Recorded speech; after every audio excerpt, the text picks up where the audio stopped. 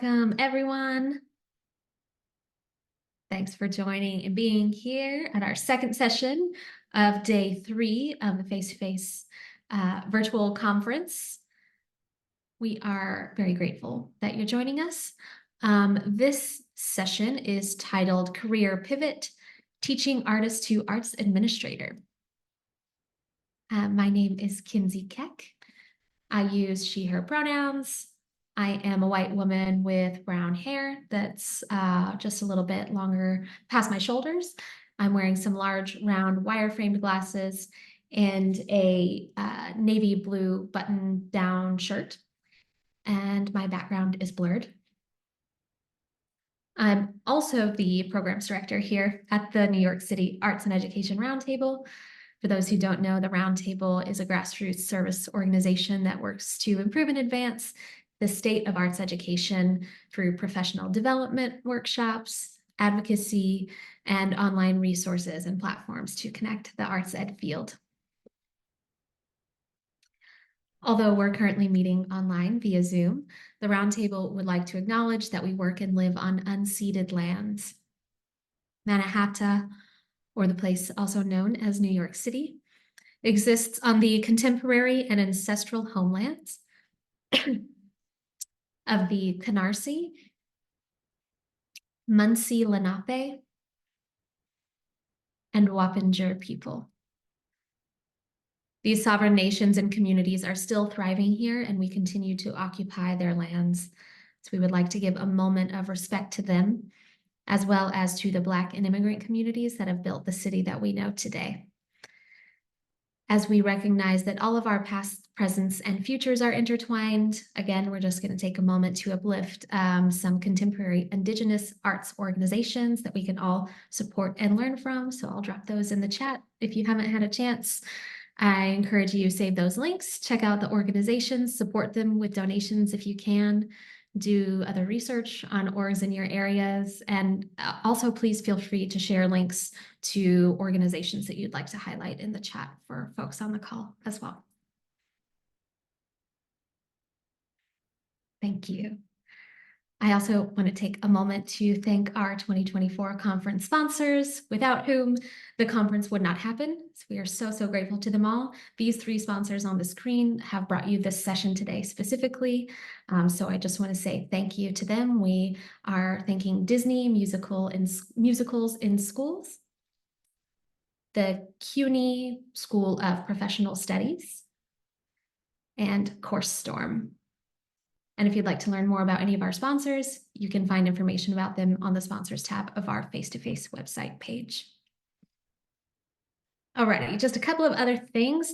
If you have any trouble with Zoom, please feel free to message me. I am here to help. My name is Kinsey. Please keep your mic on mute unless you are the person speaking so that we can all hear each other clearly. We do encourage you to use the chat to ask questions and to connect with folks on the call. I will be keeping an eye on the chat and saving all of your questions for when it's Q&A time. So keep popping those in there. Know that we'll get to as many of them as we can. This meeting does include live ASL interpretation, as well as automatic closed captions via Zoom. If you'd like to turn your captions on, you'll find a captions button either on your toolbar or under the More section of your toolbar, and you can click Show Captions and you'll have them automatically generated there. And lastly, this session is being recorded. It will be shared with you all along with any resources that we discuss during today's call by the end of the conference. And I believe that is it for me. So now let's get to the fun part. I would love to introduce you all to our moderator for today's panel. Please join me in welcoming Tyrone Santana Copeland. Tyrone is the School, Youth, and Group Programs Manager at the New York Transit Museum. Thanks, Tyrone, for being here. I'll toss it to you. Thank you, Kinsey, and hello, everyone. Glad you made it here today. All right, so I'm going to be candid and lighthearted as much as possible. I think we're in for a great discussion. Most importantly, we want to hear from you as well. So just a little bit of the framework of this panel. We're going to do brief introductions of our three panelists. Then I have maybe around 4 or 5 questions for them to answer. They'll go through that for around 35 minutes, and then we'll get into your questions. So while you're listening to the panelists, please take note of your questions, either in the chat, because I will be calling on people. I'm good and happy and safe with awkward silence, and this discussion is mainly for you. So if there's some information that's been rattling in your brain that you really want answered, don't be afraid, just throw it out there. We're here for you to serve that. Also, he, him pronouns. I am Black and Puerto Rican, caramel complexion, a little bit of a light brown shirt. Depending where I am, some people think I'm Dominican. All right. Now, with that, I'm going to pass it to our panelists. We're going to start with Abby. They're going to quickly introduce themselves with their name, organization, and their title. Unmuted. Great. Hi, everyone. I'm Abby Schreer. I use she, her pronouns. I am a white mid-30s woman with brown hair pulled back in a ponytail and small gold hoop earrings today. I'm currently the Associate Director of Marketing at Roundabout Theater Company and a teaching artist at Collab Theater Group. And that's it for now. All right, Haley. Oh, I'm sorry. Go. Hi, everyone. I'm Psacoya, she, her pronouns. I am a Black woman wearing a black dress with long black braids. My background is a white wall with black squares, and I am the education coordinator at New York Theater Workshop.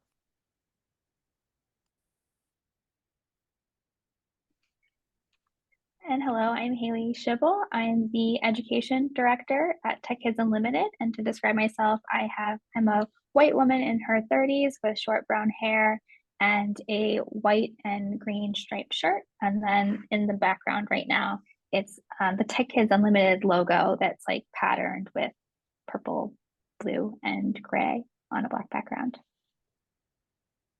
All right, thank you, everyone. And my apologies. My hair is cut short as well, low, a little bit of a low trim full beard, but not the neck beard.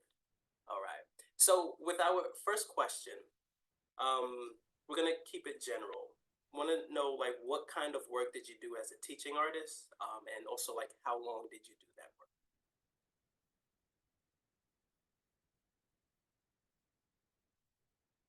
Who would like to jump in first? I'll go first. We can go in the same order for this one. I would say I started my work as a teaching artist before I had ever heard the term teaching artist. And I think that's important for a lot of folks as we sort of come into the field, is that the term teaching artist for me was not something I learned until I was fully an adult after grad school. But I started teaching a lot in high school and college. I attended a musical theater summer camp, and so started to teach a lot there in dance and costuming and things of that nature. And then in arriving to New York City, where I am now, I really started as an arts administrator. And so in college, I studied communication and started in the arts admin field, worked for the Schubert organization and a talent agency and an advertising agency. And then during that also went to grad school for educational theater and started some work with Collab Theater Group and then other organizations around the city. So most of my work is in musical theater or theater, and I do a lot of work with folks with developmental disabilities as sort of a niche that I enjoy. Hi, this is Psacoya speaking. Most of the work that I did as a teaching artist, well, to go back a little bit, I studied theater education in college, and I had the intention of being a full-time theater teacher, but then I moved to New York and realized trying to juggle both being a full-time teacher and also my acting career just wasn't in the cards. And I discovered teaching artistry, like teaching during the day and, auditioning, performing at night. And that was the trajectory that I went on for 7 years before making the pivot. And most of the work I did was with little ones, early elementary school. I think the highest I really ever taught was like 4th or 5th grade, and it was mostly just creative play, a lot of work with New York City Children's Theater, and it was mostly just like the younger ones that I worked with. Yeah, this is Haley speaking. My undergrad, I went to school for digital media arts and studio art, so really a mix of, everything from painting and drawing to, web design. And during that time, I found, part-time and volunteer work working with I'm from Pittsburgh area originally, kind of like the border of Ohio and Pittsburgh. And I got to do some volunteer work with the Carnegie Museum of Art and the Mattress Factory and some camp counseling as well. And I realized I really just loved working in museums and working with students. And so upon moving here and completing my master's degree in design and technology at Parsons, I started working as a teaching artist and museum educator, starting with Museum of Moving Image and then working with other different organizations throughout the city, primarily with animation and film and, some digital media art as well with game design, and found my way at Tech Kids Unlimited where I was teaching both online and in person. We specialize in neurodiversity and working with neurodiverse learners and creating accessible curriculum. And then the opportunity arose for me to really step into an administrator role. So I'm still, but I was a teacher here as well for a while. Hi, I'm Felix Petrie. I don't think I introduced myself. My pronouns are he, him, and my family is of Puerto Rican descent as well. And yeah, I'm wearing a orange sweater and I got some short hair and I'm wearing purple headphones to not disturb my son who is doing his homework right now. I've worked for 14 years as a teaching artist at primarily one location at Dancing Classrooms. They're the organization that teaches ballroom dance throughout New York City and over hundreds of schools throughout New York City. I've worked in all 5 boroughs. I teach 4th all the way through high school. We've expanded into the elementary, lower elementary arena just recently, and we're doing sort of creative movement there and after school programming, where primarily we were just doing ballroom dance from upper elementary all the way through high school. In the recent years, since we've had a change in leadership, the leadership has asked the senior staff to sort of step up and take a more leadership role in the duties of the organization. So that's kind of where I am. So I'm sort of got one foot in both worlds. I'm still a teaching artist, but I'm also doing all sorts of back end work. So that's where I am. All right. So in that, using this as a transition, we like to know who you are, and by doing so, we have a poll that's going to pop up. It's basically going to ask you how you identify in the field, like teaching artist, student. There'll be a list of options, so we get to know who's in the room with us, and that can better guide us in the Q&A as well.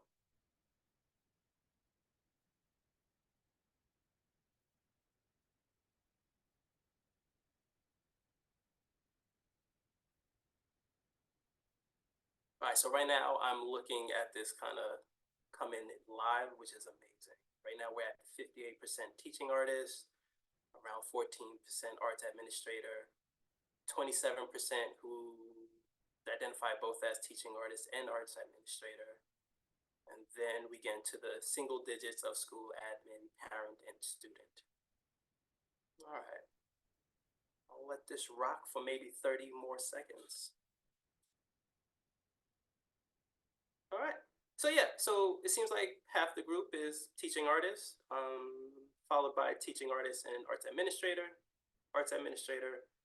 parent, school admin, and student. We got a nice group representing here. All right, I'm gonna stop. Awesome. Let's try that. All right. So now we're gonna move into our questions with the panelists. All right. I'm gonna start off with you're a teaching artist. You're thinking about transitioning into the arts administrative kind of sphere. It's same plane, but somewhat two different worlds. So how did you kind of navigate or approach that jump from teaching artist to arts administrator?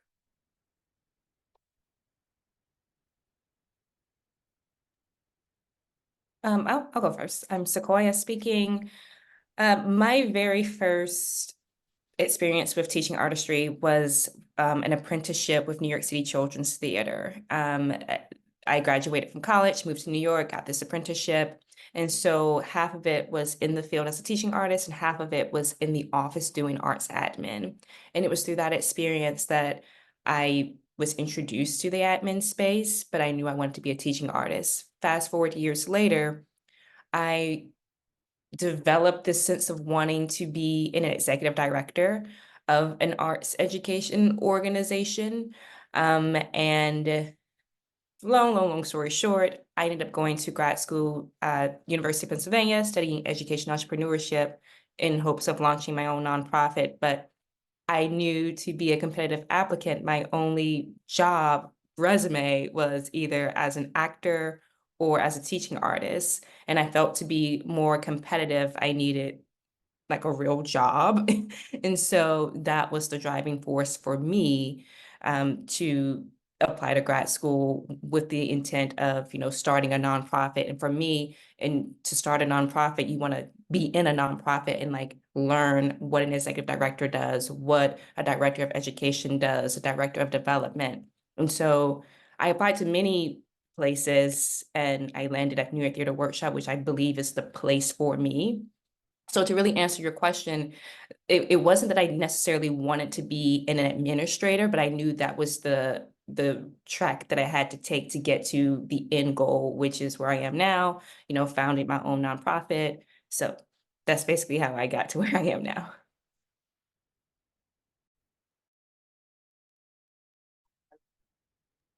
I can answer next.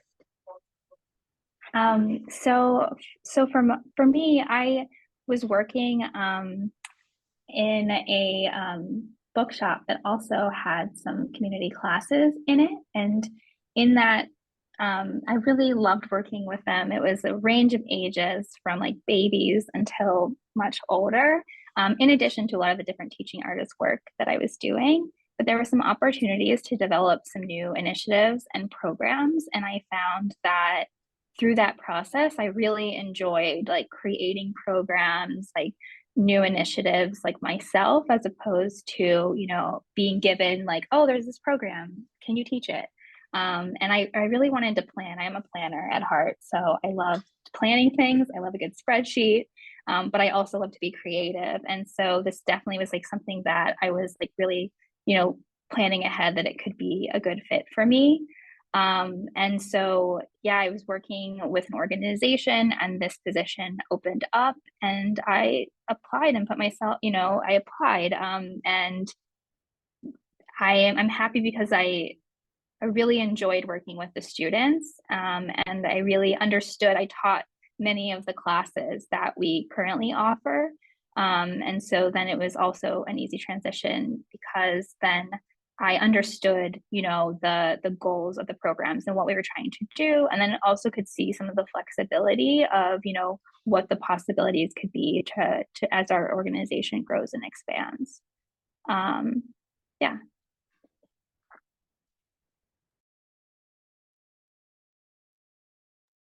It's my turn. Sorry. This is Abby speaking.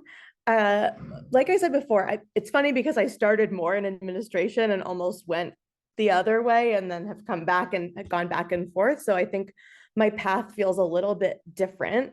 But I'll say that I was in a grad program for educational theater, which I decided to do because the former president of my undergraduate theater group did that program. And so I was like, I'll be just like him. Why not?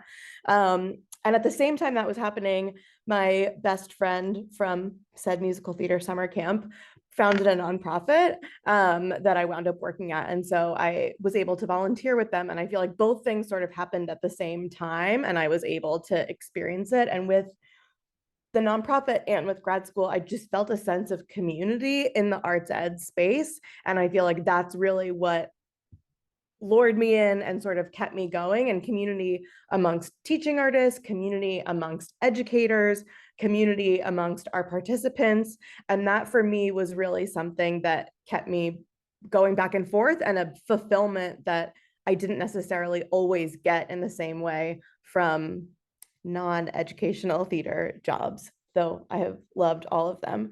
I think in the transition, I think the most crucial thing for me has been meeting people and sort of keeping up my network. And I think that that's something that the more experience you have, the more confident you feel in understanding the players, understanding about your own pedagogy and your approach to work. And so that to me has been really important in any sort of interview process, or sort of scoping out the more crystallized experience you have and sort of like understanding of yourself and what brings you joy and fulfillment, I think is super important in getting any kind of job really, but particularly arts admin, teaching artists, all of that work, being just very true to yourself and like what you're after, I think really shows to other people.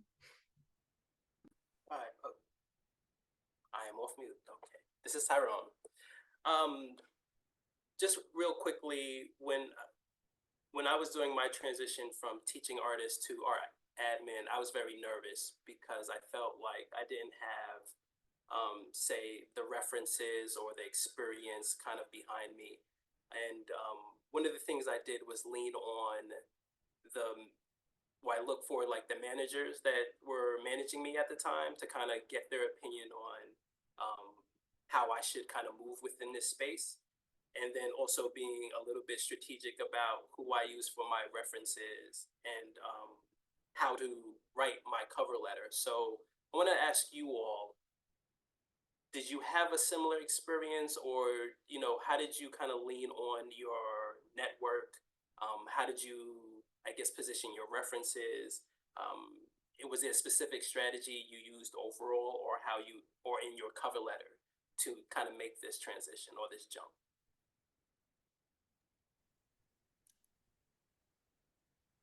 This is Abby speaking. I think so much of it is networking, and not in an icky networking kind of way. But I think, again, thinking about community, it's so important in terms of building you up. And so I think partially letting people know that you're looking for work and looking for something new allows them to be really clued in, and you just never know what other conversation they'll be in or what they see. And then I think sometimes when you put it out into the universe of what you're interested in, things start coming your way that you may or may not have seen and where you're looking. So I think that is really important. And then asking a lot of questions. So if you feel like you have something that you're not feeling as confident in, ask questions about how to improve, how to position it. And that can be from people that you know from school, other teaching artists, managers, whoever it is. Because I think overall it's the arts ed community, at least for me, has been really supportive and like culture of abundance, and that like you just want other people to succeed. And so I feel like there's so many places you can turn to get that support. I'm gonna yes and everything Abby just said, Psacoya speaking. And also the arts education community in the city is pretty small.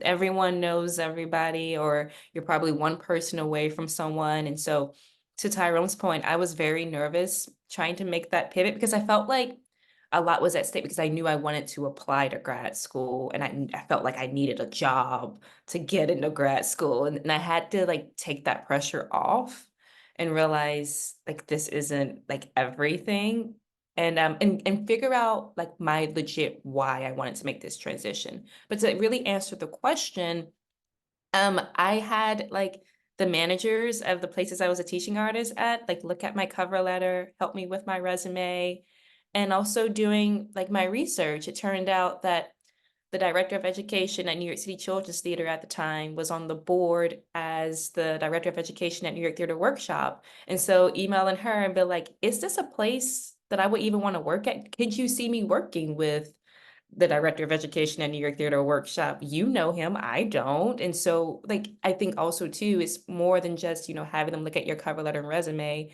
Like, these people know you, asking your managers, is this a place that you think I would align with, or like a place that you think is icky? Is the work, do you know anything about the work culture? Because those things are very important, I think, more so than just securing an admin job. And so it's really important to lean into the community, like Abby was saying, for the cover letter and the resume, but also to know if the organization is even a place you might even want to work at, because not every place, the grass ain't always greener. So there are some days where I'm like, I wish I was still making my own schedule and not having to work 10 to 6 Monday through Friday. So it's just really important to lean into community and do your research. Hi, this is Haley speaking, and I want to second everything that they've both mentioned, thirded actually, because that community is so important, even for just like helping each other out with resources too. The fact that you have that community really, I think, provides a lot of like help for each other. Like there's been teaching artists that I've worked with, or other educators that I've worked with, and we've helped out each other's orgs and like provide consultation or professional developments, or even this role that I stepped into. My predecessor was putting out a call for teaching artists and sharing it around that they were looking, because it was 2020 when things were, they needed people. And so they were putting out a call for teachers, and we had worked together in another organization before. So, I reached out to her and said, hey, I see you need teachers. And she was like, cool, let me put you in touch with our operations director for an interview.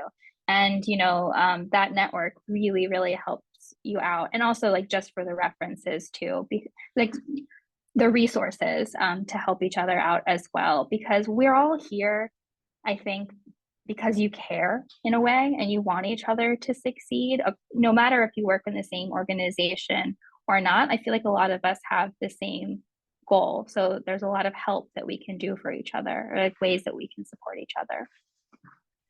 Tyrone, can I just add? Yeah. I'm going to add two things. One is that I feel like a lot of times people talk about their networks, and if you're newer in the field of arts administration or teaching artistry, you might be like, I don't have that network yet. And so I think it can be daunting of how to start. And I would say in general, find someone at an organization you're interested in, even if it's not the one you want to work, and find the person on LinkedIn, grab their email from the website and just reach out, like ask someone for their time and just get to know, like write out your questions in advance so you don't show up with nothing. But just asking people to chat with you, I think, is a really good first step. And you don't need to walk in with an existing network, because that comes with time. And the other thing, I wrote some notes ahead of time, is we're on an arts and education roundtable sanctioned event right now, but the roundtable is a really, really useful network and community. And so talking to any of the staff members, Kinsey and Kim, I've had Kim reach out to me and say, hi, I have someone looking for someone in this field. Can she speak to you? And I think they can do a really good job of helping you link up with people and or programs, professional development that could be useful. Thank you for that. And this is Tyrone. And for all my introverts out there, I don't like doing that. And it's draining, but it is like that necessary part. And what I found helpful for me and how I manage that kind of energy, I really kind of started with my peers. They would have information about other organizations and just kind of clue me into what's going on in the field. And then from there, that kind of snowball to then speaking to, say, my manager or my supervisor, and then people who are maybe adjacent to the field but not necessarily plugged in, to kind of get their take on it. Like if someone was like an admin or a manager, I would still pick their brain. So I started with the people that I knew and were comfortable with, and then later on branched out. So Sequoia mentioned something that I forgot about that rang close to home about transitioning from creating your own schedule to now I need to be in this place every day from what time to what time. That hit me hard. It took a while to adjust. So the question is, like, what was either surprising or hard about the transition that you really didn't kind of gauge for or anticipate? I'll answer that. Sequoia here. I had a lot of surprises. I didn't realize how much I would miss the classroom. Initially, like jumping into the admin space, I'll speak for myself at New York Theater Workshop. I was trying to learn the culture of the workshop's education department, like how we partner with schools, how we do this, how we do that, like what is the communication stream with teaching artists. And a lot of those things didn't exist, and a lot of those things I had to like integrate myself into those systems. And I was starting to miss just being in the classroom, to the point where I went to my supervisor to say, hey, I feel like it would do like a better service for us as a department if we're more like, if we are actually, you know, doing more teaching artist work in the classroom, doing workshops, or like smaller residencies, to really like be in the field, to like know what our teaching artists are experiencing. And so that was great. So that worked out, me missing teaching artist work, but also being able to bring it into the field at the workshop. And it was great because I was sick like 2 weeks ago, just with a bad cold. And the realization that, oh, PTO exists. Because like back in, as a teaching artist, if like for me, if I wasn't working, I wasn't getting paid. Like if I had to miss something, I just missed it. And that was before COVID, before like sick days really were like a thing for a lot of organizations. But that was like a moment I realized this is a blessing to have. But like also, you know, just the freedom of the schedule. You know, I am here Monday through Friday, 10 to 6. And back then I had AMC A-list, and I was seeing 3 movies a week, and it was my self-care. I can't do that now. So it has just like pros and cons, but yeah, I hope that answers the question. This is Haley speaking, and yeah, it's like your time is no longer just your time when you're managing staff and other admin.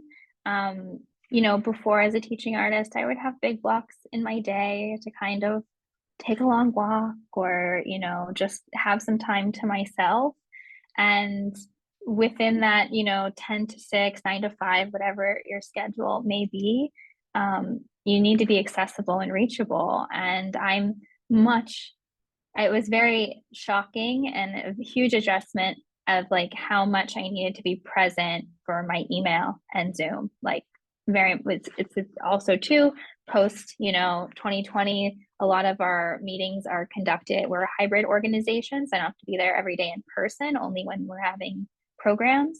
But yeah, that shock of like my day is filled with Zoom and emails, and it's productive, but in a very different way than kind of when I was kind of in my own little world in a way. This is Abby speaking. Something that I never really considered about arts admin work, and I'll say, so I was formerly the director of programs and operations for Collab Theater Group. And with that is managing the programming staff and all of the teaching artists and supporting artists. And that part of the job was one of my favorite parts, but I never really factored in the emotional input it takes from an administrator side. And so I always thought that sort of like teaching would be more of an emotional task, but teaching with such a confined time, I feel like you can pour your energy into your 90 minutes or 60 minutes, and then you sort of have a release and can go. And it's not that you don't care about your students or participants when you're not there, but I think that the long stretches of supporting other people in a more constant manner has a very different emotional toll on someone as an administrator. And I think this field specifically requires, demands, encourages a different level of emotional involvement and sort of support of staff than other administrative roles in other industries.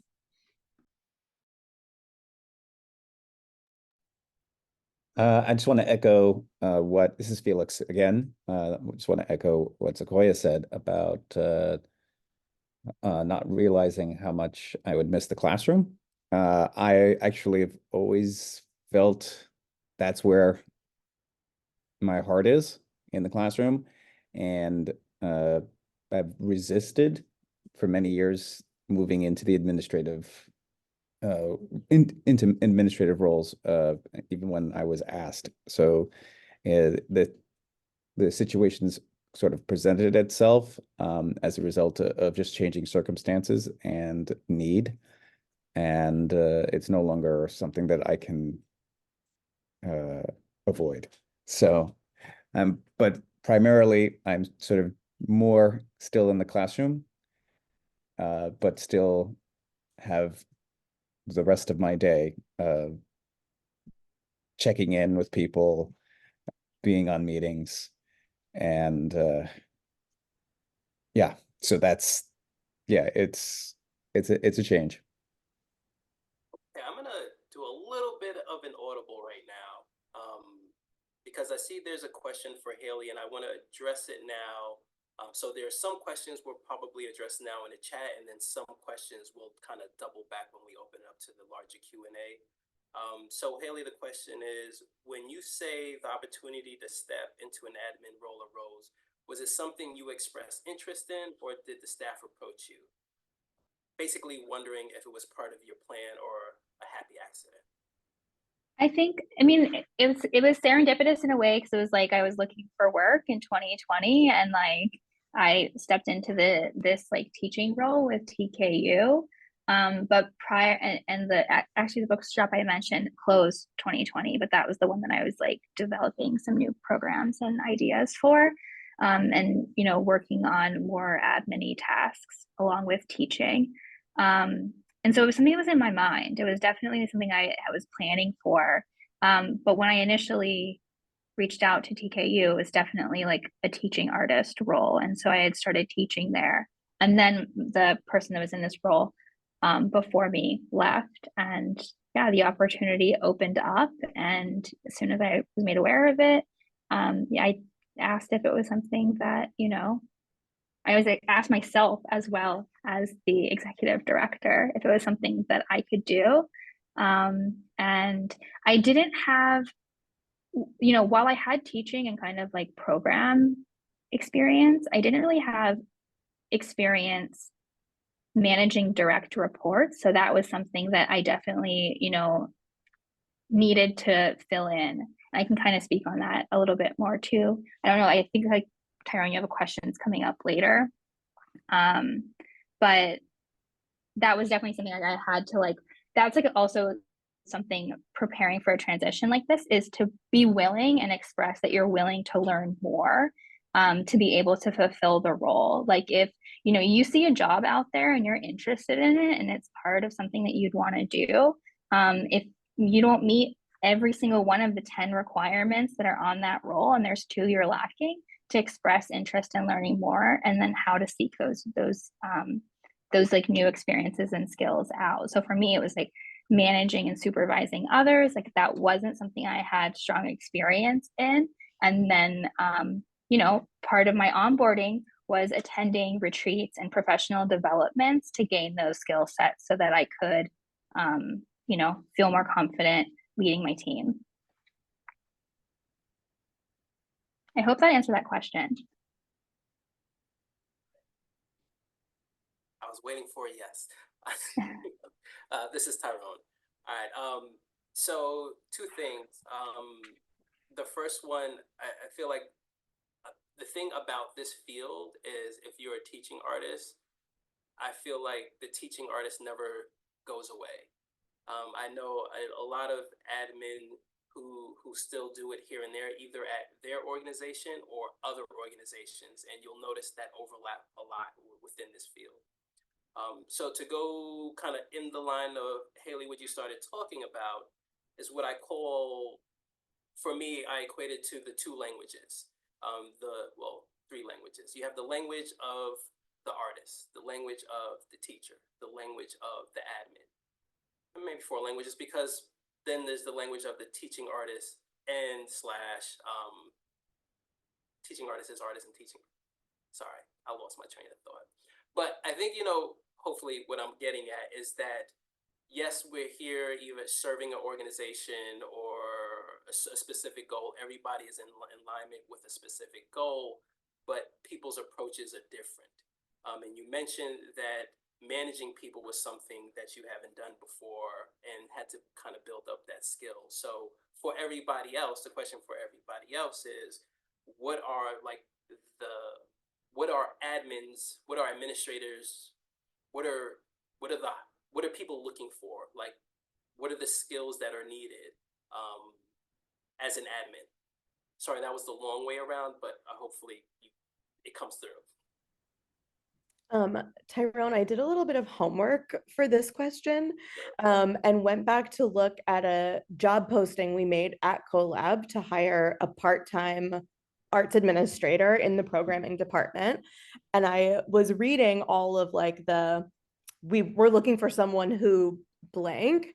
And in reading it, I was like, this is a teaching artist. And so I have relevant education work or volunteer experience. Yep. I have exceptional communication skills. Yep. I'm organized, can work on several projects at once. I love to collaborate, but can work independently, solution-oriented, willing to contribute creative ideas. And then CoLab specifically has something that's like mission and values-based. But in looking at it, there's so many transferable skills. And that's with any job search, is just finding what you have that matches it. And they're a little bit different, but it's all about just finding the connections of what they're looking for and what you have. So I talk a lot about sort of like my stage manager persona as a teaching artist, and that's time management. There's a lot about like preparation for class, and that's like preparation for things in an office. And so I think that there's just so many parallels.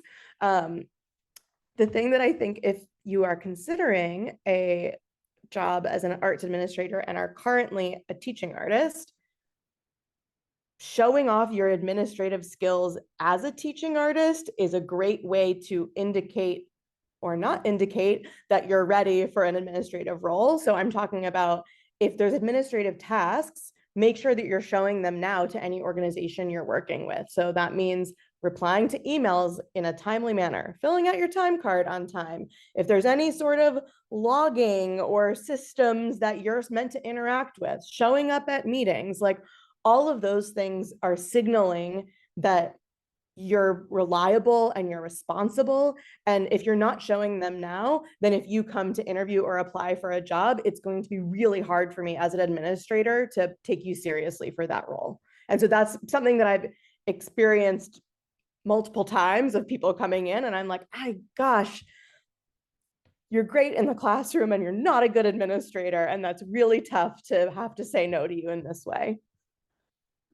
This is Tyrone. Thank you, Abby. I damn near fell out my seat, because it is so true, especially with your timesheet. There are plenty of times I'm hunting down teaching artists, and say, hey, do you not want to get paid? And how that was kind of reciprocated on my end in terms of me as a teaching artist doing admin tasks. When I did apply for a managerial job within the same organization, this came back later down the line. I heard that another manager said, Tyrone always gives me back all the equipment, organized neatly. And these are just the little things that people kind of stick with. And I'm sorry, when I mean equipment, it's like media equipment, going out to school. So we will give the teaching artists equipment, they will bring it back. And for the most part of the time, the teaching artists will give it in a bag with not neatly.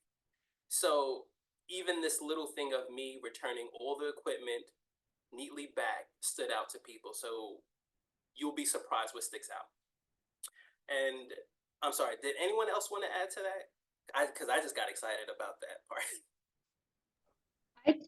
This is Haley speaking. I did want to just add on another thing too. Like, there's so many times that my part-time teaching artists and teaching staff will not only be interested in applying for a job with us, but will be searching elsewhere and will ask me for a reference. And it might not always, if it's not a teaching job, I need to have like something else to refer back to. So, their participation in meetings, how well they fill out their curriculum documents, if they meet deadlines, the detail that they put into their teaching materials, those are all things I can speak to in a call, or if I'm providing a reference, filling out a form for somebody.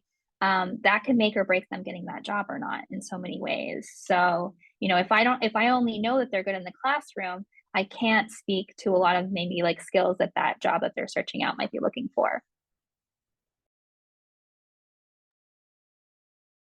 All right, I think we're at that point to transition to open it up with the Q&A. But before we do that, I just want to ask everybody, the panelists, is there anything else you would like to add before we move on? I think I just want to hit on the Psacoya. Again, that why, like if you are looking to make that pivot, just really understanding the why you want to do this.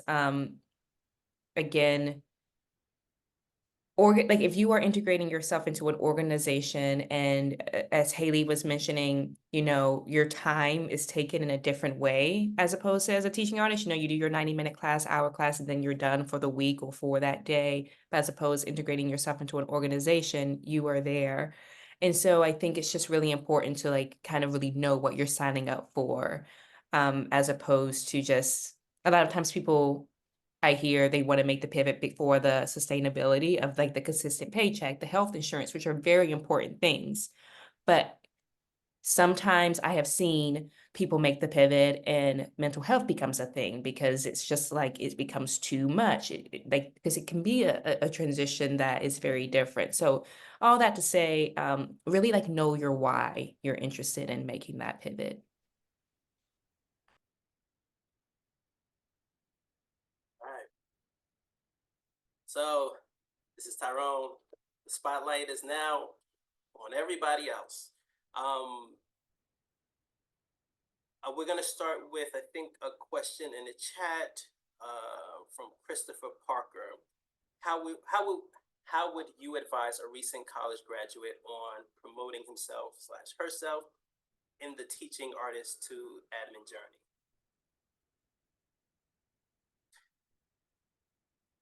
I'm reading this as like, how do I get out there, basically? There are Is that so correct, many Christopher? ways. This is Psacoya. I say leverage LinkedIn. I just discovered LinkedIn like actually like as a tool last year, and it's incredible, a great way to connect with people. Informational interviews, I do them all the time. People will email, like I'm literally having one next week. I don't know this girl, but she's coming up to the workshop and we're gonna grab coffee because she's interested in arts admin. And I feel like it was because people did that for me that I'm in the position that I am now, and I'm very grateful to be in the position I am now. So I want to give that back to others. So LinkedIn, informational interviews, just most of the times you can go to an organization's website. I know at New York Theater Workshop, our emails are on the website. Email. Also, it's a part of like our values of having an open door policy. Fellowships are a thing. We have admin fellowships at New York Theater Workshop. I'm recruiting for that now. It pays $21 an hour. It's part-time. It's just a great way to integrate yourself into an arts admin space. Yeah, like those are the top 3 off the top of my head, but just putting yourself out there in various ways, and you'll be surprised, or maybe you won't be, at the people who actually really want to help you get to where you want to go. Like most people are really kind and willing to help. This is Abby. I'll share that when I finished grad school for educational theater, I worked then at the Schubert organization in an admin role and really wanted to shift into full-time ed theater admin work and couldn't land a job. I would sometimes get an interview. I had people call over. I interviewed all sorts of places that I won't name, the places I didn't get jobs at. But I found it really frustrating. And what I wound up doing in terms of approach was like one thing will lead to another thing. So just getting one thing, if it's teaching artistry, if it's a small admin job on the side, even if you're doing something full-time to do a volunteer piece on the side, something leads to something else. And so I think instead of, I put a lot of pressure on getting like one amazing job. And I think there's a little bit more fluidity in the arts space that you might have to start somewhere and then build up from there. And one thing's going to lead to another. So to try not to get discouraged if the one thing doesn't land perfectly and immediately. This is Haley jumping in too. Like the journey that Abby is describing is so important, I think, because that's how you can start to build relationships and networks that will, you know, kind of serve you later on in your career as well, where you can start to meet people, get to know who people are. And, you know, just, I love that idea also of like informational interviews. It's so wonderful. We're at NYU is where we have our in-person classes. And it's always so exciting when like a student who's just in the hallway drops by and is like, I'm interested in this. I heard my professor talking about it. Can you tell me more?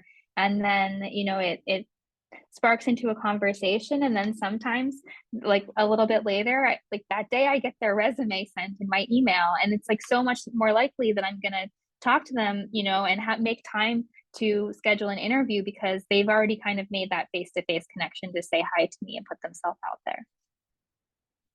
And I do get it if you're an introvert, because I am too. So I know it can be really scary. So even an email introduction or something that's like lower stakes, a casual hello can sometimes, you know, be enough too. And I agree with Psacoya about this is a field of people who want to give back, who recognize the people who have helped them and want to pay that forward. So I think it's a bit easier to kind of make that reach and ask for people. People are always willing to kind of just say, yeah, chat me up. All right, so the next question, I know each of you addressed in the chat, but I want to bring it out in the spoken word. And the question was, is there anyone on a panel who does both teaching artists and admin? Also, how do you manage the task and the times? This is Haley jumping in just oh, sorry, Abby, do you want to ask at the same time? We all yeah. like, yes, do it. I just want to say about the time management really quickly. We put that as like, we consider it as like our budget, right? Like time is money with our admin, and we all teach something, even if it's only once a month, but that's something we have to be very kind of mindful of what we have the bandwidth for. And, you know, it's like, we want to make sure we're not taxing our admin staff too much. So, you know, while I teach a class once a month. It's called Hang Play Make. I actually can't be there tonight because I had to get a sub because I'm here. But it's a really fun class. And, you know, also I try to be in person anytime we're having an in-person class. So even if I'm not there, I'm getting to know the students and I'm kind of like walking around and just popping by, even if I can't make that commitment of teaching. That's another way to still stay involved in programming.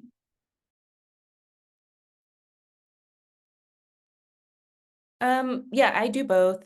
I work with Collab on Saturdays and I spend my weeks at New York Theater Workshop. But as I mentioned, I founded a nonprofit, and just being really blessed to be at a place that supports me and allows me the flexibility to like leave and go pursue my nonprofit like in the middle of the week or the middle of the day.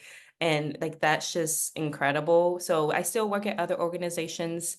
I still do work at New York Theater Workshop, and that's mostly again to really like be in the field and know what our teaching artists are seeing, like how students are communicating, how like because the way teaching artistry was when I was a full-time teaching artist is different.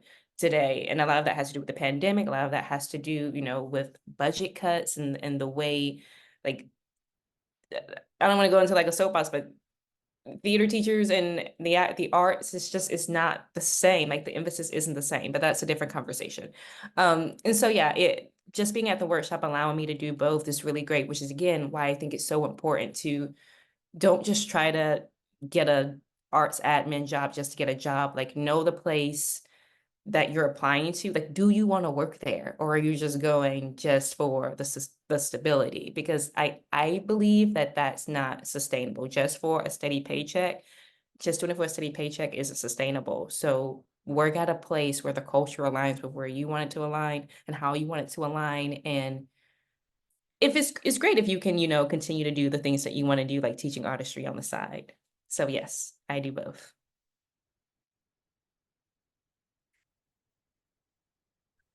Felix here. Since I am more of a teaching artist rather than administrator, so I'm still doing more of the teaching 4 days a week. But again, about the second half of my day is filled up with basically administrative details, mentoring other teaching artists, mentors, training, following up with the full-time administrators. So we're sort of, an additional layer of administration. And then we also have a full day usually where we have when we're not in school, where we just do administrative work and meetings and stuff. Yeah. Before we move on to the next question, I want to look at everybody. I know you see me. There's a question in your head. Put it in the chat so we can get to it. I'll just let that sit for a minute. Okay. All right, so the next question. What are the major skills and characteristics organizations are looking for in an administrator? Is it important to have a higher degree for these positions?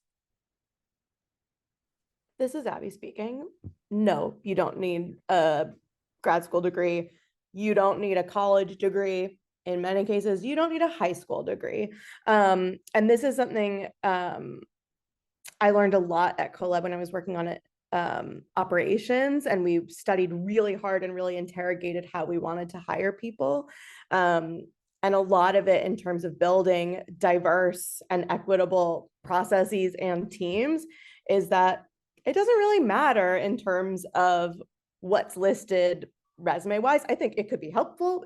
There's definitely things you can learn from those programs. I did a grad program for Ed Theater, but more so as someone who hires, I'm looking for your skills, which could be demonstrated in a lot of different ways.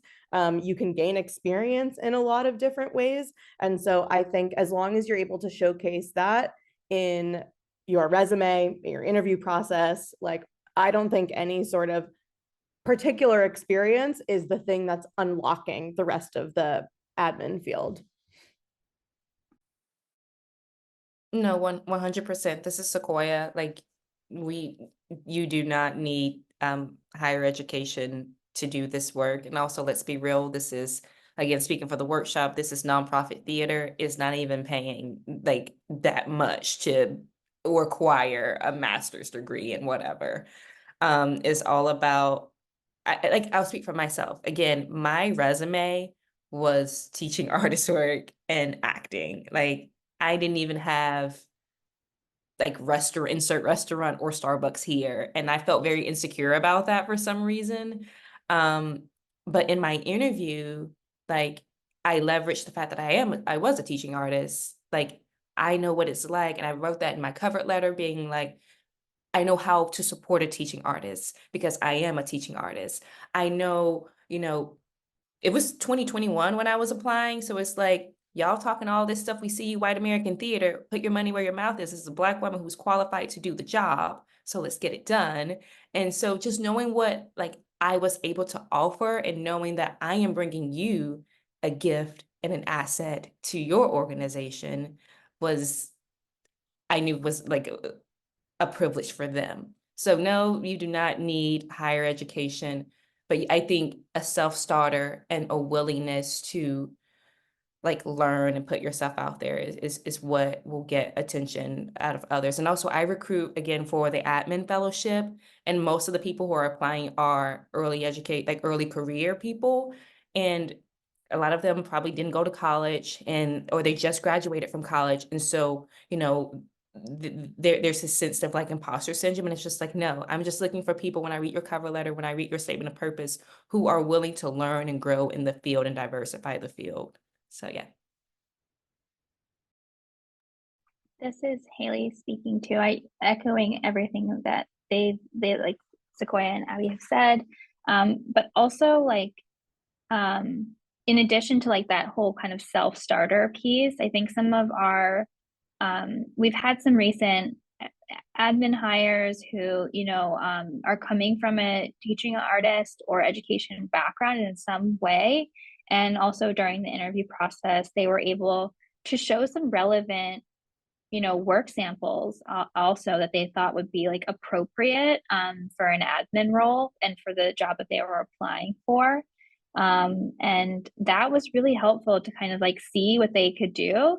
And then also, this kind of like willingness to learn, I think is really, really important. If they express their kind of, open-minded to learning new things and receptive to feedback, even if like I was saying before, even if you don't have every single experience that's listed on that first job posting, the fact that you're like you show that you're really willing to seek out and take feedback and learn new things. It's really, really important when transitioning to a new kind of, it's almost in a way a job complete shift, the responsibilities you'll have. So yeah, that's very helpful.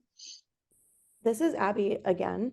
I also just want to share, based on Tyrone's poll of who's in the room, I know that there are arts administrators who are here who are already in that role. And I don't want to underestimate the power that you have to help teaching artists along in this. So anything that you can do to bring teaching artists in some other administrative capacity, I think can like help their journey. So things like add TAs to hiring committees, bringing them into strategic planning conversations, utilizing them for event support. Like I think there's a lot that teaching artists can learn from within their role, and that can give them some things to talk about in the process and give them some exposure to the admin side without necessarily making a full jump to that. All right, this next question is directed to Psacoya, and it also broaches a topic in conversation where I'm like, okay. All right, so Psacoya, I think you mentioned broaching informational conversations with the administrators when you were a teaching artist to express interest in transitioning to administration. I got a very strong message growing up that you would never show your hand if you're looking for a new job or role. I'd love to hear more about how you negotiated your relationships within the organization as you ultimately made your transition. Also, I am also really interested in knowing more about your nonprofit and how your journey as a TA and administrator have helped guide its development. All right, so I want to segment this off a bit and really address the first half of how did you negotiate that? Yeah. So the relationship I had with my administrators as a teaching artist was great. So I felt I could go to them about my career, about, they were all women. And what's so funny is when I applied for the University of Pennsylvania, my recommendation letters were from the Director of Education at New York City Children's Theater, where I was a teaching artist, the Executive Director of CoLab, where I was a teaching artist, and the Executive Director of Child's Play, where I was a teaching artist. And because like the relationship that I had with them as an employee, I was able to go to them and say, hey, I don't want to be a teaching artist forever. I have this dream. I remember having a conversation with the Director of Education at New York City Children's Theater at the time. We were doing this program. We would go into transitional housing shelters, and I fell in love with the program. And just we would brainstorm ways to, you know, make the program better. And that was what inspired me to want to go to grad school. So the first half of it is I feel like you should be able to go to your manager or the people over you at the organization to like talk to them about, you know, your career goals. And even if it's not your direct manager at that organization, having someone in your life who you could talk to about, you know, the next step you want to take is very important. They just so happen to be my direct managers. And again, it goes back to another point that Abby was making. Like, are you doing the admin role right? Like, would they even want to take a meeting with you, you know, to actually, you know, like help in the sense of like, are you turning in your things on time? Are you, you know, doing your job essentially? And then the other half of that is like, if there's someone saying like, you shouldn't, and I'm trying to understand it. Like, I don't know. I just feel weird about like someone saying like, you shouldn't say that you're trying to make a next move or you shouldn't publicly, if I'm getting that right, I'm trying to understand. Yes. Is it okay to jump in or no? Oh, I'm sorry. I mean, I don't want to if that's not appropriate. I just thought I could maybe explain. Yeah. Well, sorry, that I have this okay. thing. Go ahead. Okay, so I think some of it has to do with my age also. And the culture of work that my parents grew up in was sort of, for lack of a better term, paternalistic, where it's a very top-down, heavy sense of there's a person in charge. And if you want to keep your job, you don't want them to think that you're not interested in the job you have.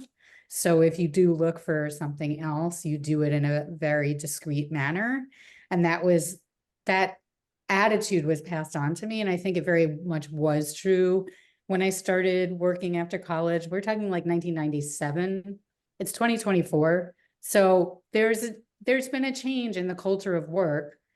But because this message was so strong, it's very hard. When I listen to you, I'm so not overjoyed, but very admiring of how you managed your relationships, because it didn't feel like an option when I was in my 20s in any of the jobs I was in. It didn't feel like that was something you could easily do. So I'm just adjusting, I guess, a little bit on some level, and like understanding things have changed and it's okay to like drop some of those beliefs from the past. That gives me a lot more clarity. Thank you. Again, so I totally understand that, but coming from like just being a teaching artist, which isn't necessarily, I'm trying to find the right words to say. Like you do a residency, then it's done. You wait for the next residency. It's that kind of thing. And I knew that I didn't want to do that for forever. That was just a holdover as an actor, like when I wasn't working, because I was still very much professional actor. When I wasn't working or booked, I would, you know, take on residencies. And so I guess I was just very vocal about that, which goes to another point. It's why I was limited in the organizations I worked for. I only worked for 4 organizations, the 3 I named, and Arts Connection. And because I was a working actor, so I wasn't going to work for a place that expected me to be there all the time. Like if a job came up, I was leaving to go do that job. And I was just very transparent about that. So I had a great relationship with my higher ups. So yeah, I hope that helps. This is Abby. I was gonna say, to Sequoia's earlier point, so much of it, for sure, when you're looking for an arts admin role, but even as a teaching artist, to really make sure you're finding organizations that you jive with and that will support you in whatever that is. And I would say, if you don't have a supervisor or a manager who's gonna say, yes, and like Sequoia, we would love for you to go to grad school and we want to help you get to grad school, to a different job, to a different teaching artist job. If you don't have the support from your supervisors, then it might not be the right organization to be working at overall. And I would say that, I mean, I have, even in an admin role, I have people who are my direct reports, and if they're ready to move on to the next thing because they're not being fulfilled, they're not, like, something isn't working about this job, I feel like it's my job as their supervisor to help them get to the next thing. And I'd rather them tell me so that we can work on it together. And maybe it's the next thing, or maybe there's something at this role that we can change, that we can give you more responsibility, that we can adjust the current job if it's so important that we keep you there. And so I think that both are possible, but I would make sure that you think critically about the organizations and people that you work for to make sure that you're surrounding yourself with people and organizations who will support whatever transition you feel like you need to make. Love it. This is Tyrone. And Aviva, it's good to see you. It's a small world. I know. I grew up with this message as well. So definitely a generational thing. And it's interesting being in this space because seeing the shift in the culture, I'm coming across a lot of managers who are looking at their direct reports or, teaching artists or what have you, and wanting them to kind of go to the next thing to succeed. There is, I feel, a nugget still valuable from not telling certain people your next move. And I think that comes with kind of vetting them and trusting them. And if they're a snake, they're a snake, and definitely don't tell that person. But if you already, vetted them and you trust them, then they should be able to kind of help you out on that next move. It is definitely something to unlearn or to lessen how you move about in this industry. Okay. I see we have a hand raised. I invite that person to come Hi. up. It's Hi, named- I realized that someone said my name is not showing on Yeah, the that's screen. iPhone. It's showing iPhone. It should. Yeah. I need to fix that. So thanks for reminding me again. My name is Nzinga. I'm an artist. I'm also a teaching artist. And I've had a lot of experience working in corporate. I've done a little bit of nonprofit working with organizations, but listening to this conversation, I'm hearing for me, I think, so it's really, I enjoy being in a classroom. I think it keeps me more closely aligned with my art making as a professional artist. But at the same time, the not having those benefits and not having sort of like Psacoya mentioned, having a sick day, and so every day you go and it's the time that you put in is the time that you're going to get paid for, nothing but sort of thing. And I sort of looked at it as though this is a part of time for me, only because I am a mother as well, and so I value time. I value my own time, and so why I'm sort of hesitant, and I would like to go into arts administration because I think I would be good at it. At the same time, I am still sort of balancing the role of being a mother and also wanting to really still pursue a career as a full-time as an artist. And so I find that teaching artists sort of maybe helps out with wanting to continue on that cycle, or that sort of that trajectory of being a professional artist, because you have the time and you can do residencies possibly in the summer.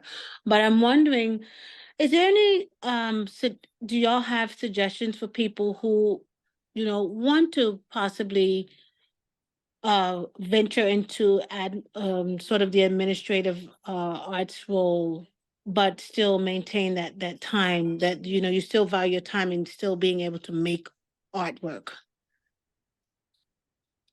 And that's why I ran away from corporate, is because I could not, the whole 9 to 5 I felt was very draining. And by the time you was finished with your day, to make work and to be active in that was very hard. This is Abby. I would say to try to look for part-time work. And I think that a lot of organizations, particularly nonprofits, the budgets only go so far, and there are part-time roles available. So I would look there, or if you are a teaching artist with organizations, bring up an idea of what you could do administratively for them and pitch it to them. And I think that a lot of times, or ask them, like, are there administrative pieces of this that I could support you on? And I feel like as an admin, I'm like, oh my gosh, thank goodness somebody wants to help me with all of the work that we have. And they might not even be thinking about that as an option or know that you're interested. So I would try to, if you have existing relationships, I would try to leverage those to get your foot in the door that way. Okay. So let me maybe I should clear. I'm not sure I want to do work with like an organization on their payroll. I'm thinking more of consultant based, I think, and that's where I see myself more. Because you're kind of collaborating with an organization as opposed to you're going into you're going into offer you're offering services, but it's a different type of offering. Can anyone speak on that? Like, possibly looking at it in more maybe a way of entrepreneurship or consulting? I think my advice would sort of be the same, even if there's not a listing. Okay. I would say if there's relationships with organizations, to Mhm. talk to them about where they need support and or what you Mhm. can offer. And so Mhm. the times where I've hired consultants, it's often Mhm. people I know, or Mhm. if you get one project, then use it as a case study to tell other people that you did it and then try to Okay. spread the word that way. Okay. Thank you. Oh, helpful. All right, I want to double back on Aviva's second part of the question for Psacoya about she's interested in your nonprofit and how your journey as a TA and administrator have helped guide its development. Yeah, so it's funny because Abby, I actually went to our director of education at New York City Children's Theater she's no longer there. So just clarifying that she's at another organization, but of trying to like we were doing this program in transitional housing shelters, and I was like, it would be great if we were at this, but we were limited by the DOE because it was a DOE funded program. And I just realized going 90 minutes once a week in these housing shelters, like you would see the transformation, but you're only going 90 minutes once a week and then it would double back. And so it's just like 90 minutes once a week is not enough to see the transformation that I felt like this program has the power to, to reveal in students. And that was what inspired my entrepreneurial journey. That was what inspired me to study education entrepreneurship and launch this nonprofit. And so I to Abby's point, I think it's great to go because if they were willing to say, and they had the ability to do the program 5 times a week or 3 days a week, that would have been great. And I probably wouldn't have went to grad school, but I saw a need and I was like, you know what? They can't fix it. The DOE can't fix it. I'm gonna try to fix it myself. So that I just wanted to like make that point. But yes, it was because of my teaching artist work. That is what inspired me, starting a nonprofit. And it's still very new. We're only like 5 months, and only in 2 schools, but it's been very fulfilling. We use Shakespeare and also again using what I love because I only really did classical theater as a performer. So using Shakespeare as a tool to increase literacy for students, elementary school students, has been really fulfilling. And using the network, talking to the executive director, whether it's here at New York Theater Workshop, at New York City Children's Theater, at CoLab, like talking to people who have done the thing has just been invaluable. So leveraging the network is whether you're going to arts admin, whether you're trying to, do an entrepreneurial journey, consulting, just leveraging your community is so very important. And I dropped the website in there if you're interested, and you can subscribe to our newsletter. A lot of exciting things happening. I was also thinking about one of the questions that was previously asked about how to sort of break into the field for when you first graduated. And I don't know why we didn't say this before, but I think social media can be a really good way to start to follow organizations and follow people in the field, and also showing up to things. And so it's harder with school-based programming. You can't just like knock on the door and go into a DOE classroom. But for a lot of public programming, like New York Theater Workshop has talkbacks. There's a lot of community events. There's performances from different nonprofits. And so I think experiencing their work and also meeting who's at the front table, greeting people, find someone who's running around, running the show once the show's over, and introducing yourself to say, hi, I'm Abby. I loved your performance. I'm really interested in your work. And I think finding a way to engage in real life and personally can also be really useful. Sorry, Tyrone, it came to me questions later. Hey, it happens. But it's lovely, and I'm glad you took the time to say what you needed to say about that. We have a few more minutes, and I think we can get in a couple of more questions. So if this is like the last call for questions. Throw it in the chat. And while we wait, I do have a question for the panelists regarding like how have you dealt with or deal with like the internal politics of an organization?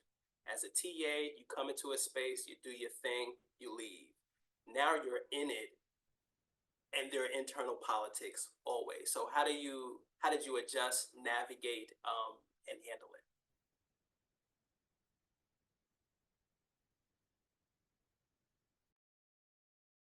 This is Sequoia. Find self-care, find ways to do self-care at the office. I go for a walk. I have to get outside because there are times where I could just find myself spending literally 8 to 9 hours just in a room or in a building without going outside, without getting sunlight. And so it's really important to go outside because that is real. Everything that you said, Tyrone, is real. Navigating the bureaucracies of an institution. It can be a lot and it can be very draining. So it's just very important to take care of yourself and finding ways to take care of yourself. And that, I think, was the biggest thing that surprised me. Because as a teaching artist, you know, at least for me, I was making my own lesson plans and I was basically, you know, in charge of, you know, go into the classroom, do my thing, and they write me a check. As opposed to here, it's just like there's so many steps to do things. You know, it has to get approved by the director or sometimes by the executive director. And then you're collaborating with other departments on things to get one project done. And so they're not meeting the deadline and all of it is, so it can be a lot.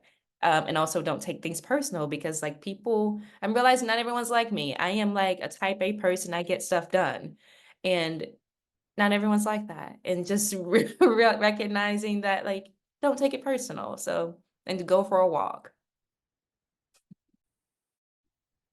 This is Haley speaking too. I think like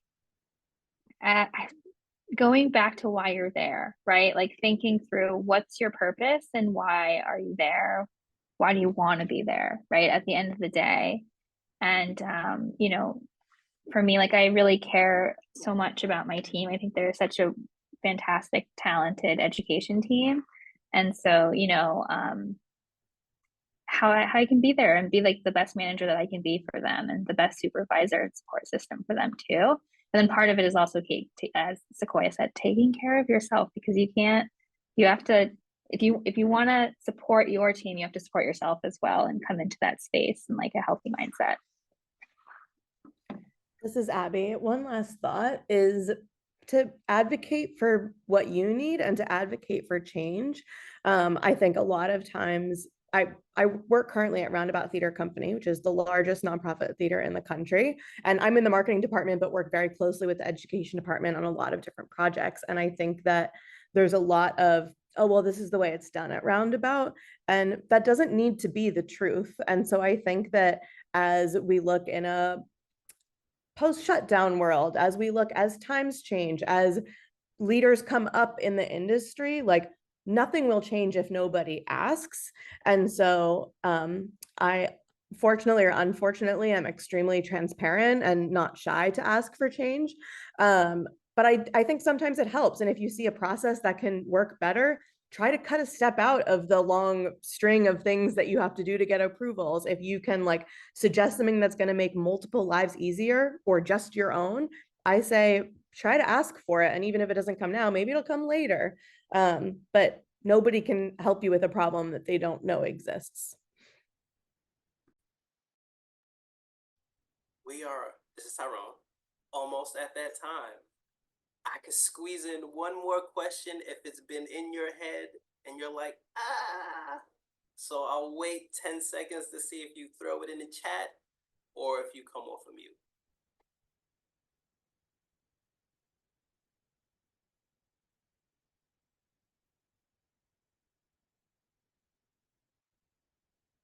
All right, that's my cue then.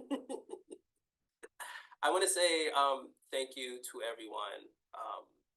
Really appreciate the questions, the conversation, and you know, for the panelists, the attendees, thank you for taking the time and spending it with us. At this moment, our panelists, do you have any like final thoughts that you want to kind of get out before we go? I was just gonna say, I'll throw my email in the chat. If anyone on here is like, you know what, I'm taking you up on your offer, please feel free to email me if you want to chat. Always happy to help an Arts and Education Roundtable member or fan. All right, I'm gonna pass it to you, Kenzie. Okay, thank you all so much. This was really, really fun.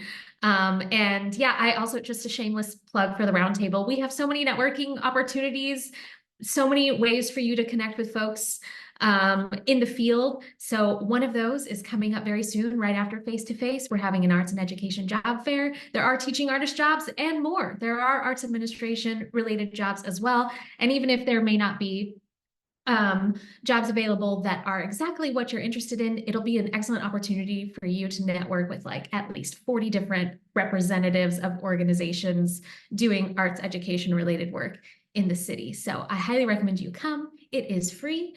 And please also always feel free to reach out to anyone at the Roundtable. We love helping make connections, answering questions, having chats about this. So that's my plug for the Roundtable. I want to say thank you again to our panelists. So thanks everyone, for Abby for being here, for Haley, and for Psacoya, and of course to Tyrone for moderating this conversation. So grateful that you all, I mean, Haley even took off work to be here, and we just appreciate you so much for that. Folks, we have one more day of virtual programming for Face2Face. So I hope you can join us. We have 2 sessions tomorrow. The first is at 10 a.m. and it is on dramaturgy and design. And the second is called Harmony in Numbers, Collaborative Budget Management. So if either of those speak to you, I hope you will be there. The schedule is linked in the chat. And otherwise, I hope you all have a wonderful rest of your evening. Thanks, everyone.